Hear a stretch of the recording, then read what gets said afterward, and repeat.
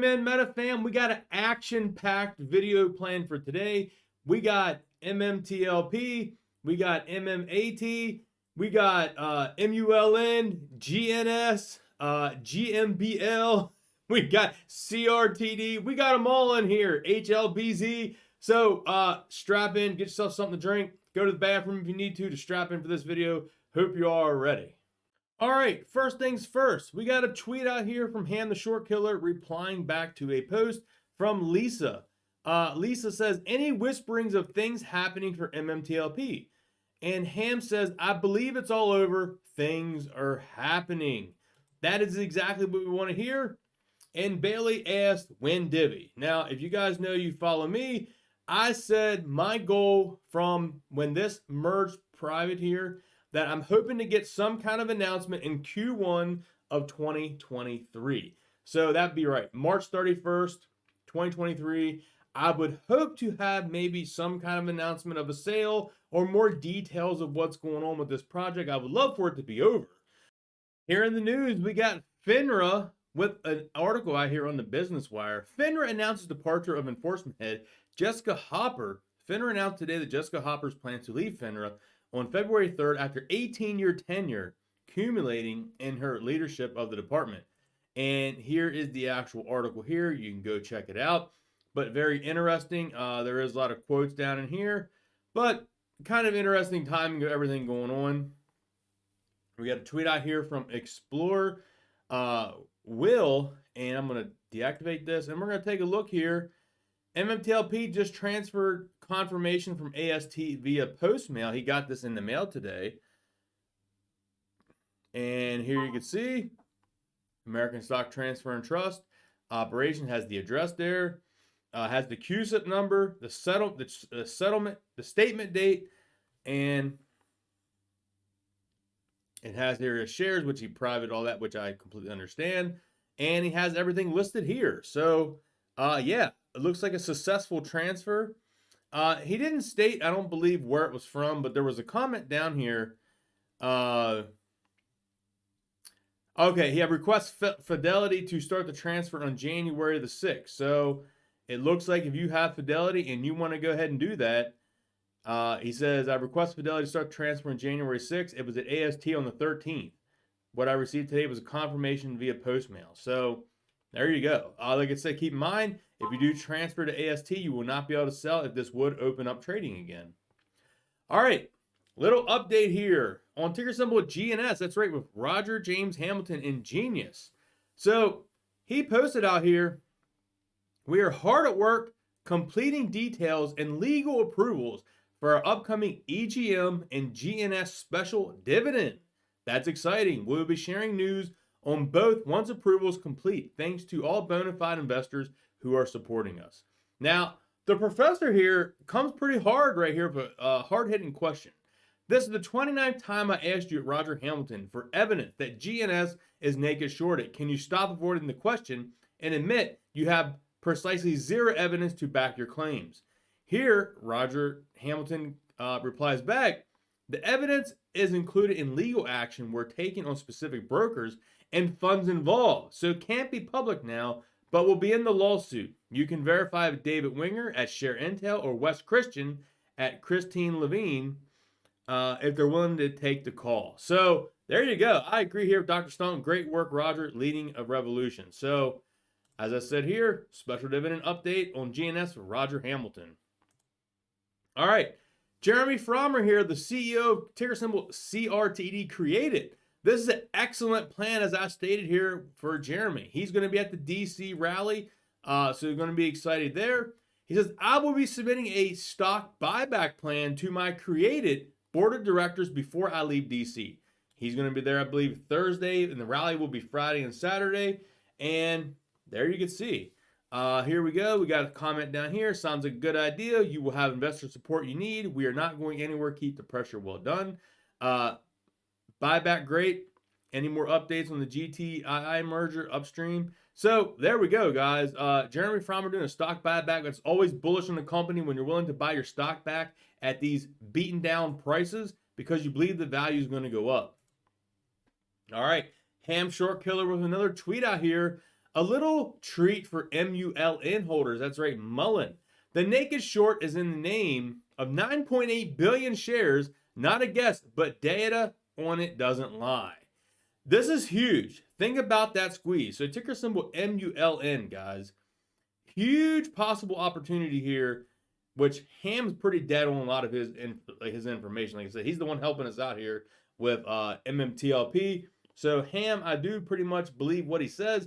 He's been helping John Berta, so we got give this guy credit, and I believe he knows his numbers when it comes to these naked shorts. So MULN is a possible ticker to keep a look on. I have flipped that before, and we're going to get into a play that I recently flipped here as well.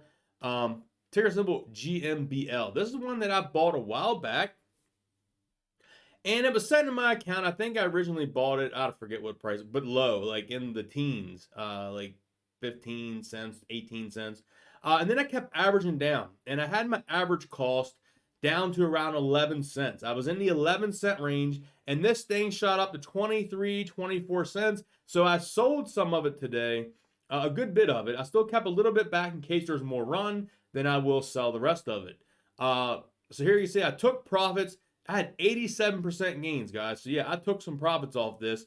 You can see this opened up at 0.08 cents, guys.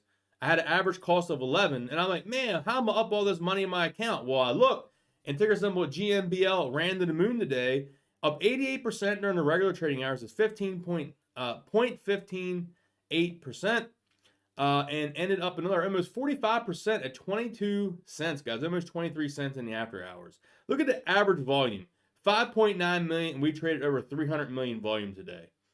That is insane. So like I said, I sold about 90% or so of this position that I had holding for a while and captured a good bit of gains there.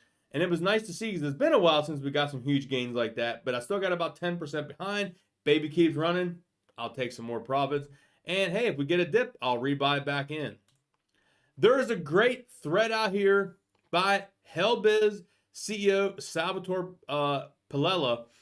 And he gives a lot of great information about the delisting issues for two reasons. I may come back and do this in a separate video, but it is a great thread. It has a lot of information down here. I just wanted to draw it to your attention. I have it retweeted on my page as well. All right, real quick update here on the S1 itself. We all were worried about this. And down here we are directly offering the 40 million of common stock. We engage Roth Capitals. Keep in mind why Roth Capital is huge. And it says directly to selected accredited investors up to 40 million shares. Let's listen to this interview here that Jeff Irons has out and why it's huge that Roth is doing this. Let's listen to what John Berta himself has to say about the proper company to use when doing an offering.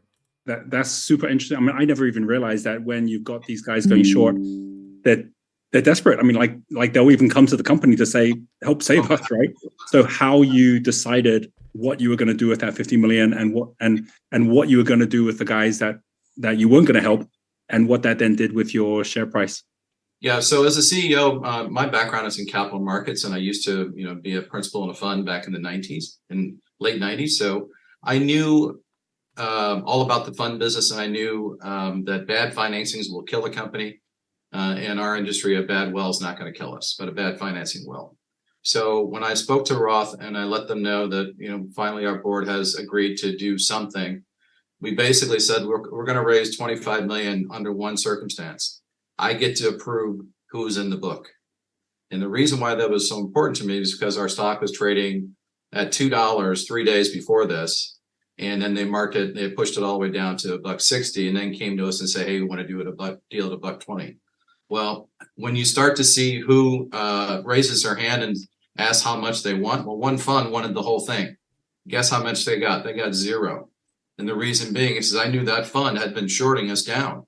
And so, I'm just very adamant about being involved in the money raising process, because if you don't, your broker dealer is really kind of an interesting situation. The investment banker has you as a client, the issuer, but the capital markets desk, their clients are the funds. And so there's a meeting of, you know, their heads kind of butt a little bit because the capital markets guys want to get the best deal for their guys because it puts them onto the next deal. But the investment banker's responsibility is to do the right thing by the issuer. So there's that dichotomy that goes on at a bank. But we were able to look at the book, and we were way oversubscribed. And I got to pick those people that I knew had supported us in the past and basically said, look, you're getting allocation. And everybody else that came out of the woodwork or that were Reg M violators or known short houses, they got zero. And keep that in mind. I believe very similar situation here because this specifically says we are offering directly to selected accredited investors up to 40 million shares, guys. So keep that in mind. This is not going to go to someone they don't like or someone that has been shorting the stock. They're going to make sure this goes to someone that's an interested party. That's super interesting. I mean, I never even realized that when you... They're going to make sure this is a buyer that is on their side, to say the least. And wanted to end the video here with something really cool. Liz Huffman, if you don't know, she's been creating excellent artwork out here. As you know, she is my artwork here for the Twitter. And she made one here for METAMaterials. And this is a very beautiful piece of artwork here with the butterfly of the METAMaterials. And we got a response from George, guys. You don't even know how powerful that is. Just for him coming out acknowledging that, guys. These logos were for the good fight of the retail investor and the companies that are getting shorted by the naked shorts. And George is out here commenting on this here, guys. The naked short war, the Occupy SEC 2023, the FINRA fraud. And George, just one word says it all. He can't say much, but he can comment that is a beautiful picture. And we know him commenting on that lets us know that he sees us, he hears us, he stands by us, but he just can't say anything because he's under legal. And you know what? That's fine. I'd rather him do that. I don't want him getting himself in trouble. I don't want him, getting us in any kind of trouble. And I commented back here, we have your back 100 at Palocaris MMAT. And Liz says, thank you, sir. Just wanted to show you there's an army of support behind you. Proud to be part of the Meta fam since day one. So there you go, guys. I believe that's all we needed to hear right there. Just one word goes a long way in the Meta fam. So hope you all enjoyed today's video. If you did, smash thumbs up. Drop me a comment down below. And I'll catch you all next video, guys. Peace.